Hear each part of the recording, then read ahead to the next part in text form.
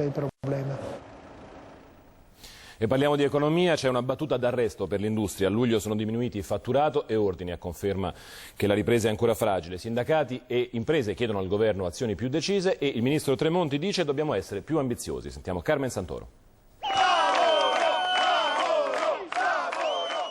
Protestano gli operai Fincantieri di Castellammare di Stabia. Eccoli sotto la sede della Regione Campania. A interrompere il sit-in sarà una carica della polizia.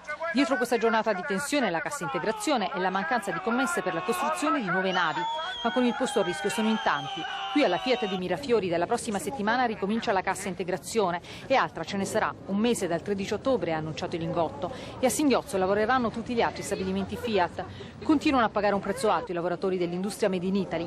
Dopo una fiammata nei primi mesi di quest'anno, d'altronde è tornato il rosso per il fatturato e quel che è peggio per gli ordini. Dato importantissimo, visto che proprio sugli ordini gli imprenditori programmano la produzione dei mesi successivi. Ad andare male soprattutto l'auto.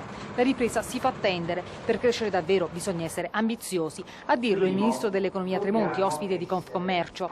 Il momento della salvaguardia dei conti pubblici c'è ancora, perché non è con il debito che si crea futuro, ma è anche arrivato il momento per poter pensare a irrobustire la crescita.